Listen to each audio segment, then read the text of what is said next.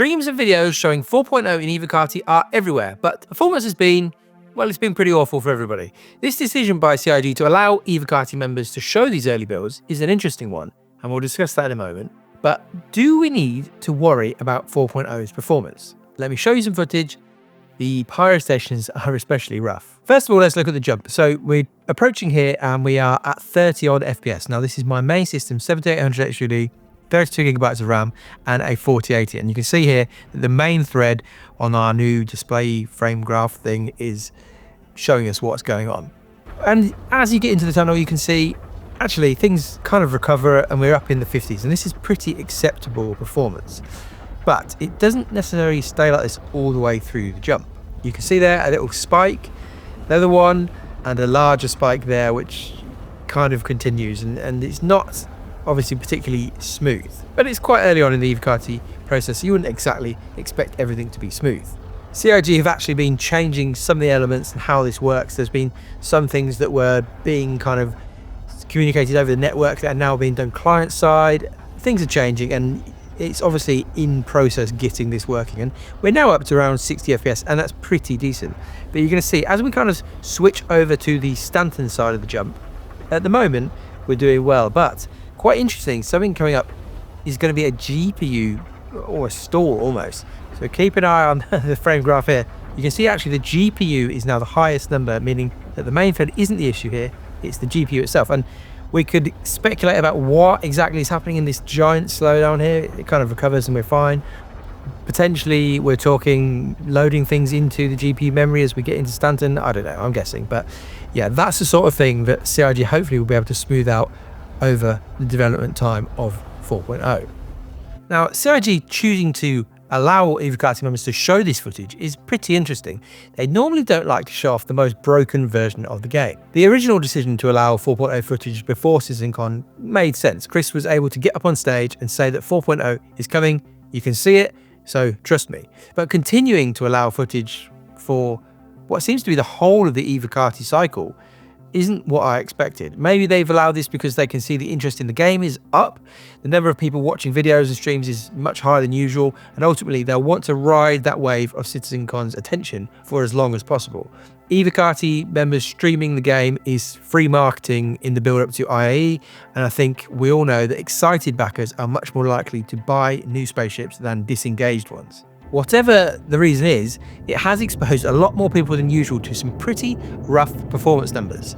As I fly down to this outpost, you'll notice that performance is pretty good in general, and this is kind of typical of how outposts perform in Stanton as well. So from a distance, it's fine, but as you get closer, your performance can start to tank. So we're now dropping into the 30s as we get right up close, and like I say, this isn't really anything new. This is just how the game kind of works with these outposts. Again, in Stanton, you'll see this. The main thread seems to be the issue. And down on the ground in this outpost, the graph here is slightly different. I use the profile graph, which does actually report the main thread. You can see that performance is okay once you're on the ground. I was trying to get a mission to work here. So this is one of the main problems with the current build as it is. The mission system that's been brought in just isn't really working. So I was trying to do a repair mission. The servers are having all sorts of problems, as you might expect, with the server meshing stuff going on. So there's crashes, recoveries, server errors. It does seem to recover pretty well, so that's not a big deal. But I so far have been unable to get any of these missions working. And there's obviously some funniness going on here with this bird just kind of just sitting there and not responding. The new pyro stations though are a bit of a concern in some ways, because they have always been pretty rough. Since we had the Pyro Playground last year, performance was pretty interesting then, even with a high-end system like this.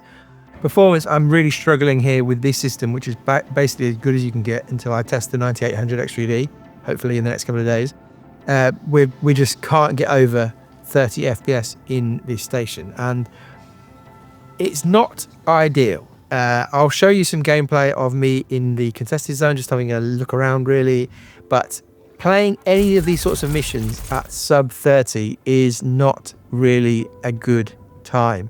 FPS missions just don't really work that well when you're dropping that low, and obviously there's some fun server stuff going on here with the AI as well. And it's worth pointing out that there are currently less than 10 people on this whole shard, and I think less than 5 people on my server. So we can't blame this on server performance. And the Stanton Gateway station is just a normal rest and relax station. And you can see here that performance is much closer to what you'd expect in Stanton. So it does seem to be the actual Pyro rundown stations themselves that are causing the issue. It's not just the fact that this is in Pyro. So performance looks pretty bad at this stage, but I don't think it's time to panic just yet. We've consistently seen PTUs be down in performance compared to live patches. I try to avoid testing in the PTU as much as possible because by the time patches tend to go live, things have got a lot better.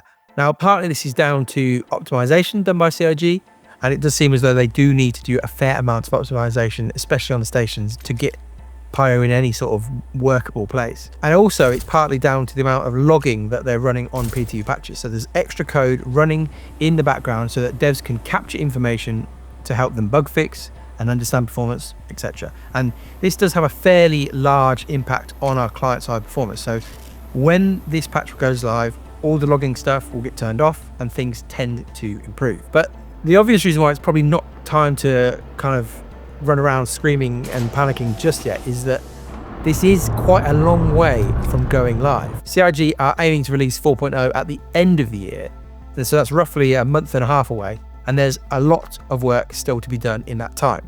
The bizarre scenario we've had over the last few days is that CIG have been working on 3 patches at once. A 3.24.2a patch to get the live servers kind of in a workable state, a 3.24.3 PTU patch for IAE testing the convention centers and at some point in the near future all the ships that they'll be selling, and also the 4.0 builds. And I think we can assume that having to split resources across those 3 patches will not be helping 4.0's development. My feeling for a while has been that 4.0 would be very lucky if we got that live by the end of the year. I think an open PTU is just much more likely. And even with all the things that CIG have just removed from the patch, I still think there's a lot to do to get Pyro optimized, as we've seen, enough to be acceptable to most players, because sub 30 in those stations with a top end system, there's going to be some pretty bad reactions to that if that's what we get when this goes live.